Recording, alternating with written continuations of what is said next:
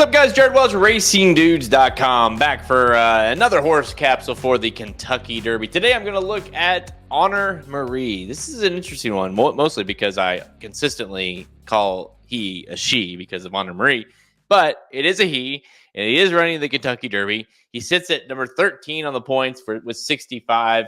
Trainer is Whit Beckman and jockey Ben Curtis. Both are in their first Kentucky Derby, so that's kind of cool.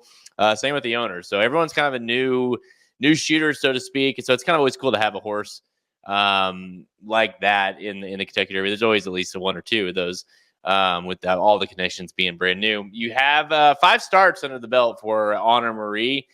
2 wins, 2 seconds, and a 5th was the only other off the board one. So that was the Risen Star.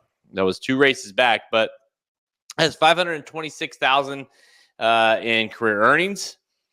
Sired by Honor Code, the dam is Dame Marie out of or by a Smart Strike. By the Smart Strike, I should say, not out of a Smart Strike. By Smart Strike. So very, very low price tag, like $40K in the Keeneland September yearling sale in 2022. So again, it's just a cool story, right? $40,000 horse. He ends up in the Kentucky Derby with all these new connections. So it's a great story. Now let's talk about the actual horse and what it means. So honestly, it's kind of, I think he's kind of sneaky in here. He's the one I kind of keep going back to that I don't know. I just don't know that he's quite good enough just in general. But I do expect this horse to run his best race in the Kentucky Derby. He ran his first 3 races at Churchill Downs, including winning the Grade 2 Kentucky Jockey Club back in late November of last year, right? So the horse has won multiple times at Churchill Downs. He's ran well really every time at Churchill Downs. And really the only start you can kind of scratch out and you can almost forgive because there's off that long layoff is in the Risen Star. It was just kind of he didn't run particularly well. Clearly he showed he's better than that in the Louisiana Derby because he had every chance to win there, but ran really, really well. Just, Catching Freedom just outran him really. And that kind of leads me to the negative. Maybe he's just not quite good enough. I think he's a good horse, and I think he's definitely got in here with a shot. Especially if you assume fierceness. And again, I think I should say this going forward. I very much clearly believe fierceness is the best talent-wise. If he runs his type of Florida Derby race at his best race, no one else's best race can get to his best race. Okay. So let's kind of put that as a caveat. Assuming that he doesn't run well, or if you assume he's not going to run well, you're playing against him. That's kind of where we're at when we start talking about these horses having shots, in my opinion. He should run his best race here, and maybe he's not quite good enough. But would you rather take Catching Freedom at say 4-1? And again, I have no idea, but maybe 4 or 5-1 is what Catching Freedom will be, or Honor Marie at 12-1 or 15-1. I might lean towards Honor Marie, honestly. They ran very similar races in the Louisiana Derby. Obviously, like I said, Catching Freedom outran him. But they were both right there, flying home. This is a horse that's going to be a deep closer, just like a couple, really, that I've listed. Sierra Leone, Catching Freedom, we'll talk about later.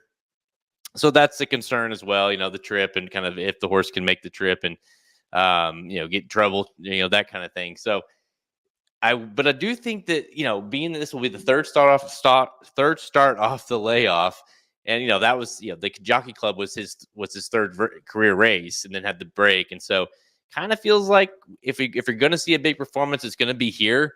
It feels like everything is kind of gone. They probably would have liked to have ran better in the Risen Star, but it kind of feels like everything's kind of been pieced together the right way to get the horse to the Kentucky Derby. So you always like to see that. The other concern is, right, he hasn't won a race since the Jockey Club. So maybe as the talent has gotten better with the fields, he's just not quite there. But as a horse that I would be really interested using underneath, especially if you think this is going to be some sort of pace collapse, I think Honor Marie is right up there for me. So I like Honor Marie quite a bit here. I wouldn't be against using him underneath. Could he win? Sure. You're going to have to require several other horses. I don't think he's as good on his best day as, say, Sierra Leone. I don't think he's as good as Fierceness. that might be about it, really, as far as who I think is like their very best on their very best days, who I think who could beat him. And I don't know, like he might be right there with a bunch of the other ones. So if those horses don't show up, he's in with a shot for sure. So there are my thoughts on Honor Marie. Let me know in the comments below who you like or what do you think of Honor Marie here.